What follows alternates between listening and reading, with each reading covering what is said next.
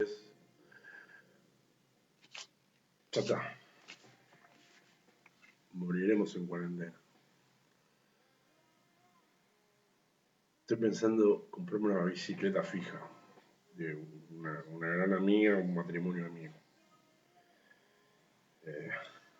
Quiero ver qué dice el presidente. Esto sigue o no. Bueno, seguimos con la obra de Torres a fin de realizar nuestro ensayo, en principio colectivo, pero por ahora sigue siendo individual, sobre las unidades procesales. Vamos a leer un solo capítulo, vamos a leer de un capítulo a la vez. Obviamente recomiendo la obra de Torres, más que está actualizada al 2020. Esta creo que es del 2012. ¿Sí? Así que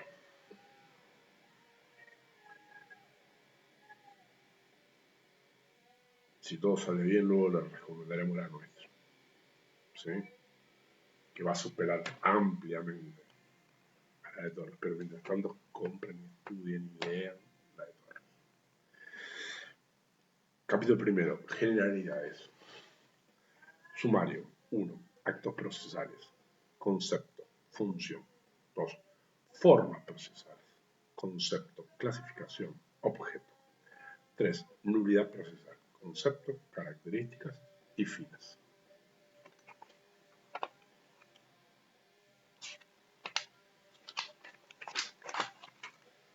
Escuchando Nirvana de fondo. Realmente sepan que existe una banda llamada Nirvana que revolucionó los 90. Muchos de ustedes no habían nacido. Actos procesales, concepto, función. Desde tiempos remotos surgió la necesidad de los hombres de castigar a aquellos que de alguna forma habían afectado a la comunidad. En los tiempos primitivos, la pena era mediante la represalia privada. El sentimiento era la única guía y la razón desaparecía frente a la venganza. Tampoco era posible buscar algún orden racional en períodos teocráticos en los que, al dominar la idea de que por medio de la pena debía vengarse a la divinidad ofendida, tarea realizada por los sacerdotes, ya que, como decía el maestro Francisco Carrara, la razón humana enmudece cuando hablan los oráculos. Sí, estamos trayendo al canal cada nene, eso me encanta, cada nene. El orden racional en los procesos surge recién cuando desaparece la idea de vengar al individuo y al orden superior, traspasando la función punitiva a manos de la sociedad a través de los jueces. Yo no firmé nada, yo no le di ninguna autoridad a ningún juez, pero bueno. En la actualidad el proceso está conformado de un conjunto de actos destinados a un fin: hacer efectivo el carácter sancionatorio del derecho penal.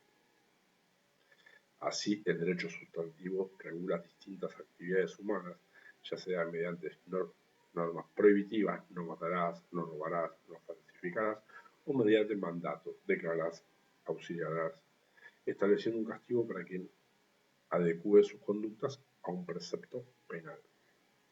La función del derecho procesal es regular a través de un conjunto de normas jurídicas esta actividad dirigida a la determinación de las condiciones que hacen aplicable el derecho penal material. Repito, determinación de las condiciones para la aplicación del derecho penal sustancial, material. ¿Sí? Hay que determinar si se encuentran presentes las condiciones para aplicar la pena. El proceso, por su propia naturaleza, está compuesto de una serie de actos denominados procesales, cuya función es lograr a través de un conjunto concatenado, lógico y jurídico su finalidad, es decir, la obtención de un pronunciamiento jurisdiccional que decida un determinado conflicto y que eventualmente promueva su ejecución. Ahora bien, el acto procesal como especie dentro del género acto jurídico, esto me interesa muchísimo, porque vamos a empezar por Jean Villas. Vamos a comenzar por Jean Villas. Yo sé lo que les digo. Debe adecuar su cumplimiento a determinados requisitos, ya que de lo contrario su accionar sería ilegal y por ello debería ser apartado del proceso. De estas exigencias hablaremos en el punto siguiente. 2. Formas procesales, concepto, clasificación, objeto. La naturaleza del juicio criminal, su principio fundamental y sus fines nos señalan que en el juicio deben existir algunas condiciones esenciales, absolutas, indispensables en todos los lugares y en todos los tiempos, y bajo todas las formas que asuma, condiciones que no pueden faltar sin que el derecho penal degenere en un abuso de la fuerza. Abuso de la fuerza.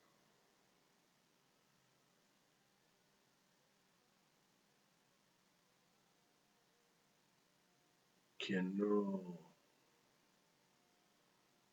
litigue en la provincia de Buenos Aires,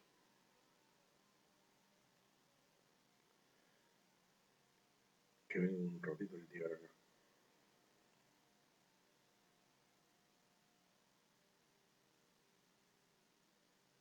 Póngase casco. Tales condiciones deben surgir del fin inmediato del proceso, como instrumento para reparar el mal que ocasionó el delito a la sociedad, o de un fin inmediato, el descubrimiento de la verdad, es decir, la justicia, y se vinculan a las formas del proceso o a las formas de los actos. El primer caso incluye a los sujetos y actos procesales como parte de la estructura del proceso. Las personas indefectiblemente necesarias para un proceso penal son el juez, el fiscal y el reo o procesado. La palabra reo, procesado.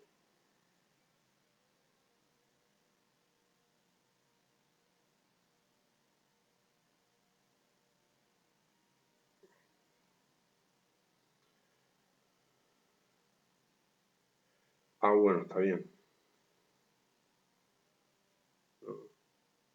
No sé por qué no dice señalado, imputado,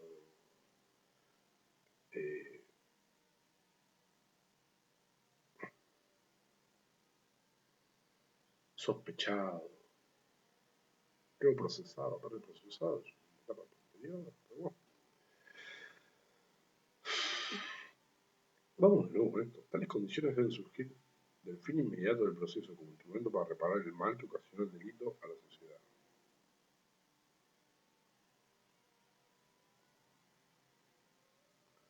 O de su fin inmediato, en el descubrimiento de la verdad, es decir, la justicia, y se vinculan a las formas del proceso o a las formas de los actos.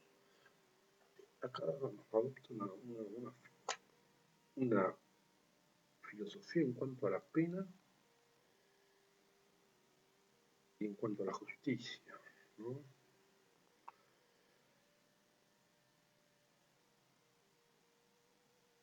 Asocia verdad con justicia, no importa. Por eso nuestro ensayo va a ser superado.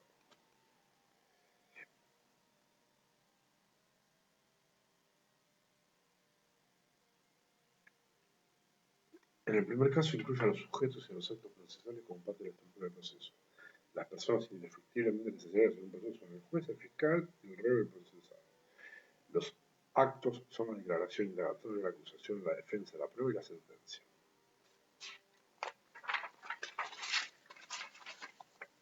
Tanto los sujetos procesales que se señalaron como los actos enumerados deben actuar en determinados ámbitos, con derechos, obligaciones y formas.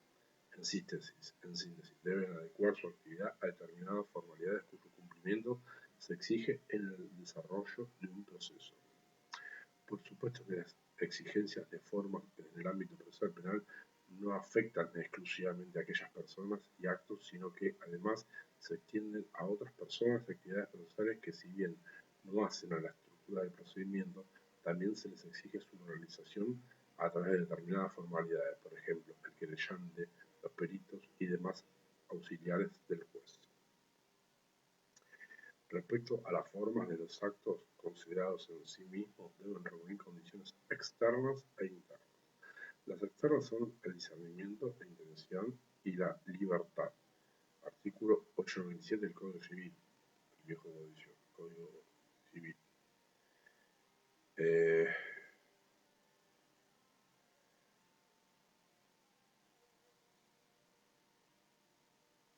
Sí, Borba decía que le tendría una flecha. No sé eso. Se llama discernimiento a una aptitud mental para comprender el significado del acto.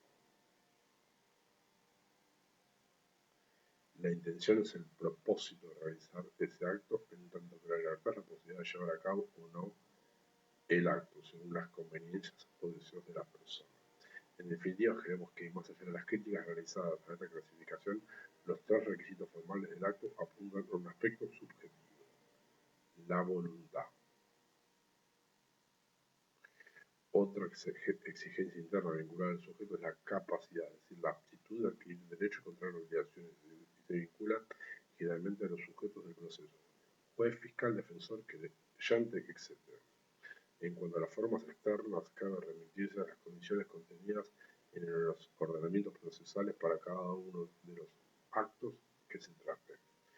Todos estos requisitos tienden a mantener el buen orden del proceso, eliminando la arbitrariedad. Todos estos requisitos tienden a mantener el buen orden del proceso, eliminando la arbitrariedad, asegurando una correcta defensa de los intereses contrapuestos, evitando la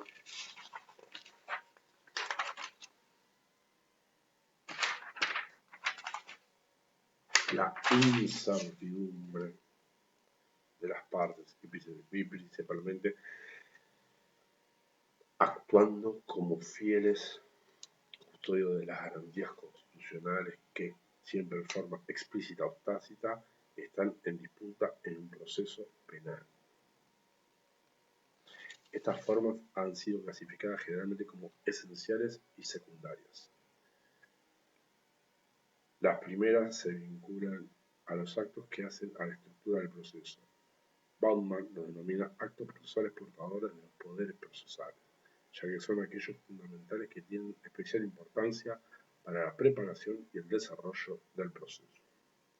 Los otros, en cambio, también son establecidos por la ley, pero cuya observancia queda librada al criterio del juez y al interés de las partes.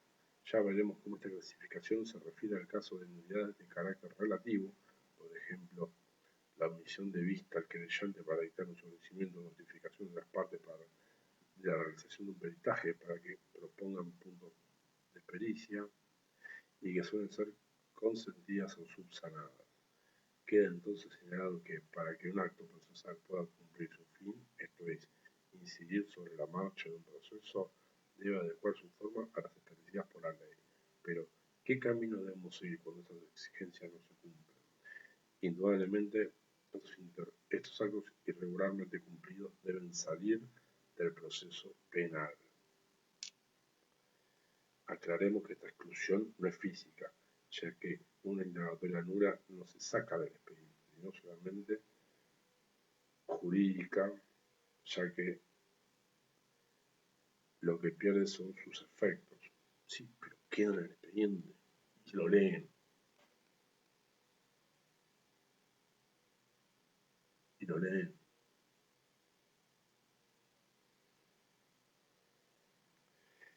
Esta invalidación se cumple mediante después no lo pueden escribir. No lo pueden utilizar como fundamento, pero lo leen. Esta invalidación se cumple mediante diversas sanciones, según la gravedad del vicio. Hablamos de vicio, ¿sí? Evitándose de este modo que cuestiones de carácter público queden libradas a la voluntad de las partes. De estas sanciones, y la más grave y la que será objeto de este trabajo, es la nulidad. Y ese es el tema, que es la más grave.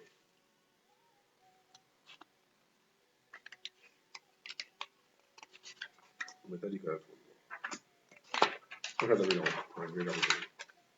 3. Nulidad procesal, concepto, característica, fin. Se ha definido a la nulidad como la sanción expresa, implícita o virtual que la ley establece cuando se ha violado u omitido la forma que por ella es preordenada para la realización de un acto jurídico al que se priva de producir sus efectos normales.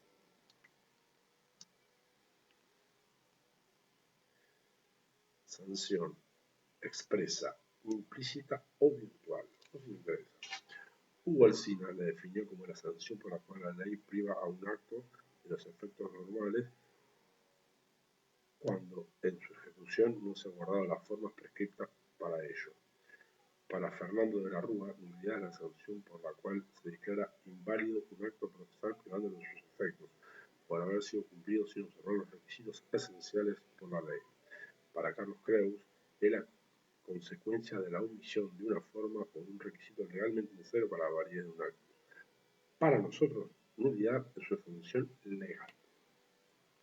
Se expresa o tácita, por la cual se priva de todo efecto jurídico en el proceso a un acto que se cumplió sin observar las formas para él exigidas. Como veremos, todas estas definiciones nos muestran claramente 6 características principales de la nulidad. 6 características principales de la nulidad. Es sanción, funciona siempre como un castigo previsto por la ley cuando no se observa determinadas exigencias.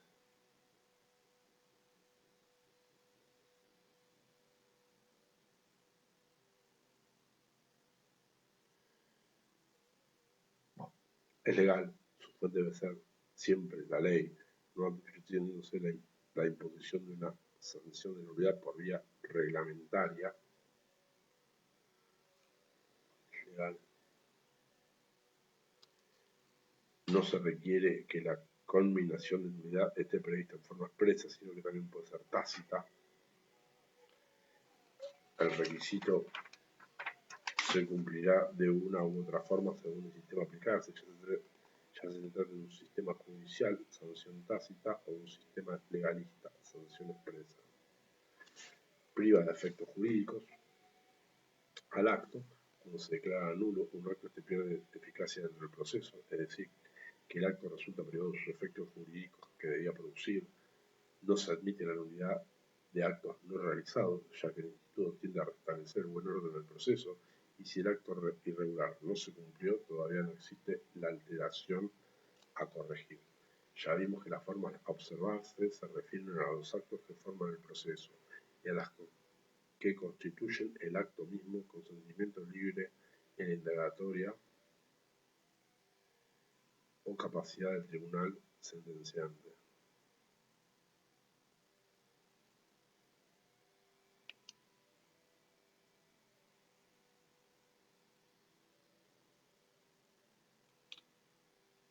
Alguien señalado, sospechado de la comisión de delito, que es indagado, esposado.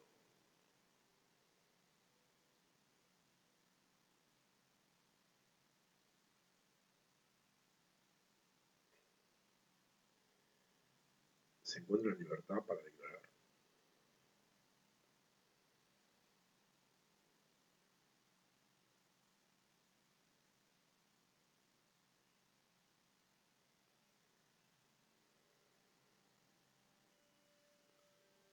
No quiero hablar. En cuanto a su función, encontraremos en las nulidades un fin inmediato y otro inmediato. El primero se relaciona con el buen orden del proceso y el restante con los derechos de la sociedad y de los imputados y los del imputado, a los que intenta conciliar con la finalidad de preservar en la única instancia el debido proceso y la inviolabilidad de defensa en juicio. Es decir, que la nulidad es el guardián de las garantías. Me gusta mucho. Garantías constitucionales en el proceso penal. La nulidad es el guardián de las garantías constitucionales en el proceso Creemos firmemente que si bien es cierto que la existencia de formalidades en el proceso imponen demoras en la tramitación del expediente y provoca gastos e inconvenientes, no debemos olvidar que existe un interés superior que las justifica, la seguridad jurídica. Por ello, como dijo Montesquieu, no sé qué es la seguridad jurídica. Citado por Carvajal, en los juicios civiles las formas son siempre demasiadas, en los juicios penales son siempre pocas.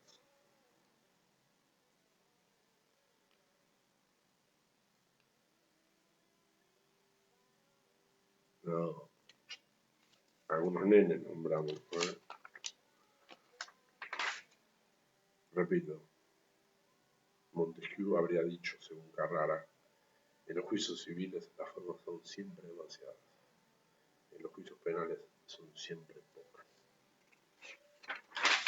Muchachos, si uno se le pone la piel de gallina con esa cita, no sé qué nos conmueve. Gente, ahora vamos a terminar con otra cosita porque con todas medias. Nos vemos en un rato. Pero ya.